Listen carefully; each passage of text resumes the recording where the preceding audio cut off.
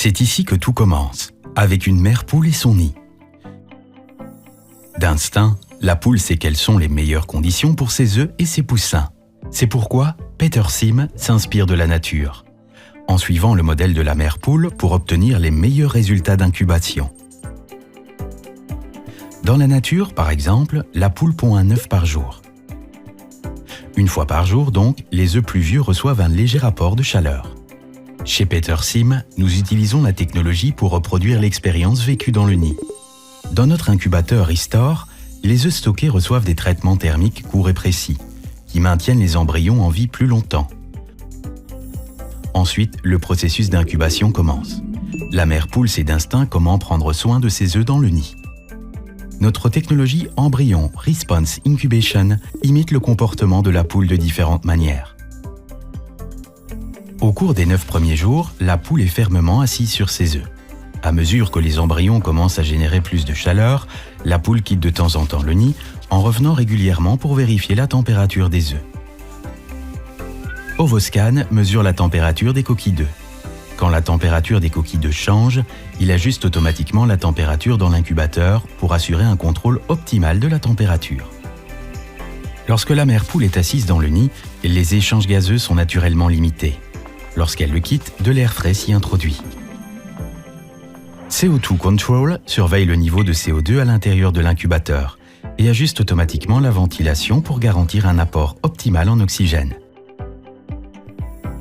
Lorsque la poule sort du nid, les œufs commencent à perdre plus d'eau. Notre Dynamic Weight Loss System pèse les œufs pour déterminer la quantité d'eau perdue.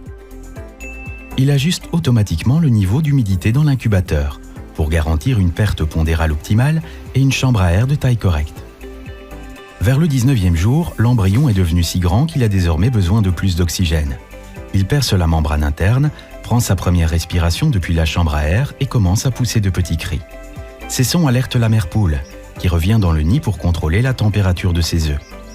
Hatchcan surveille et contrôle automatiquement la température des coquilles d'œufs dans l'éclosoir, assurant un contrôle continu de la température tout au long de la période d'incubation. Lorsque la poule est assise sur les œufs, la température augmente. Le niveau de CO2 augmente également car la circulation d'air est limitée.